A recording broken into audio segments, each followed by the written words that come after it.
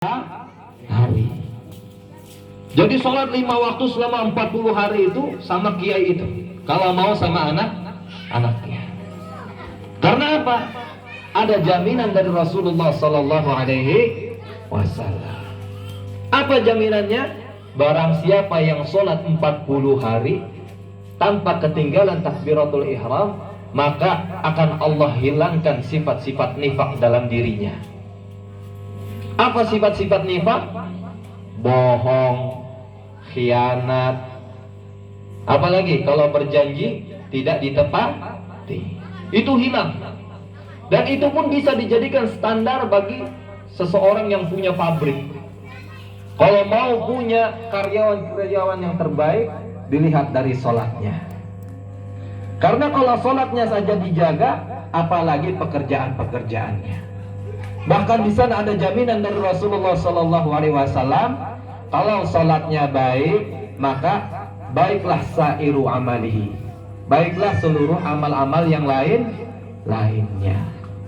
Jamaah hadirin dirahmati Allah Subhanahu Wa Taala.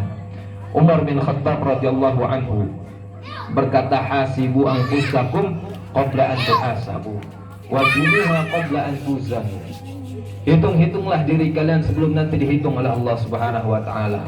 Berapa banyak sholat yang ditinggalkan, berapa banyak bohong sama orang tua, berapa banyak perintah orang tua yang kita tidak jalankan. Banyak sekali hal-hal yang sepele tapi kita lakukan. Bahkan hal-hal dosa kita lakukan. Kita hitung nih perbuatan-perbuatan kita sebelum nanti dihitung oleh Allah Subhanahu Wa Taala. Ya, berapa banyak uang orang tua kita ambil tanpa sepengetahuan orang tua. Nah, itu harus tobat itu. Kasih tahu ke mak bapaknya, "Mak, dulu saya pernah ngambil duit sekian-sekian. Minta dihalalin." Nah, gitu. Jadi taubat dulu, habis itu sholat. Hadirin yang dirahmati Allah Subhanahu Wa Taala.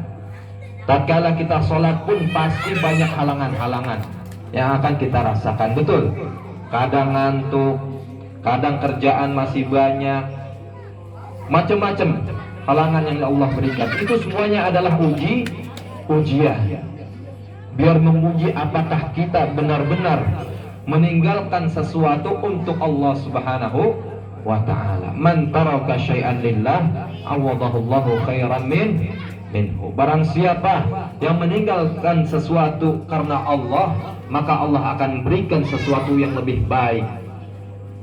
Ini ada cerita nih, cerita terakhir ya cerita. Jadi ceritanya ada seseorang pemuda di Mekah. Dia sholat 5 waktunya selalu terjaga, hafal Al-Quran.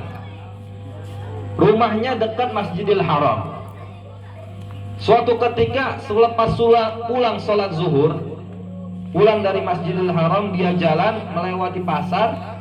Dia menemukan sebuah kantong berwarna biru. Kantong warna biru. Ya Allah, bismillah. Gimana nih? Ya. Oke. Dia menemukan kantong warna biru. Begitu dilihat, subhanallah, isinya batu mulia, zamrud warna biru, kristal warna biru. Bagus banget. Tapi ini kalau dijual mahal. Dijual mahal. Tes.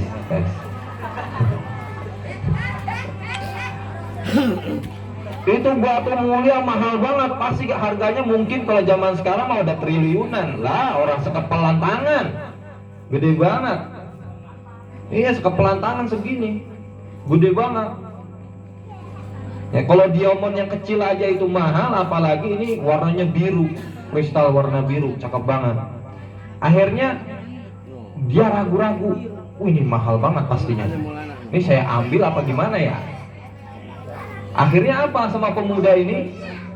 Dia karena ini pemuda yang selalu menjaga hatinya, sholat 5 waktunya dijaga, ini anak soleh. Akhirnya dia naik ke atas batu itu, kan dia di tengah-tengah pasar. Dipanggilin orang-orang, "Wahai masyarakat, Wahai mu'tamirin, yang orang-orang umrah, saya menemukan sebuah kantong. Barang siapa di antara kalian yang merasakan kehilangan sesuatu dari dirinya, maka datangilah saya. Terus dia naik ke atas batu. Itu para pedagang di depan dia cuma ngeliatin doang, ini anak ngapain sih teriak-teriak. Pokoknya dia ngumumin. Karena wajib bagi seorang mukmin kalau menemukan suatu barang harus umumkan. Lah kalau kita gimana? Ini batu mulia harganya triliunan mungkin nih atau miliaran. Boro-boro diumumin, giliran ada anak bocah hilang aja baru diumumin. Berita orang keder, pernah ada saya dengar. Ini batu mulia. Ini kalau apalagi bocah yang nemuin, jangankan itu emas permata, duit 2000, lumayan jajan. Ya, ada yang begitu. Subhanallah. Ini harusnya diumumin. Nemu duit 2000, umumin dah tuh. Siapa yang kehilangan duitnya 2000. Nah ini dia umumin, tapi tanpa mengumumkan apa itu barangnya. Wahai ahlul Makkah, barang siapa di antara kalian yang kehilangan sesuatu, datanglah ke saya. Begitu terus sampai suaranya parau, serak. Akhirnya karena suara dia serak, kagak ada yang ngasih minum ini.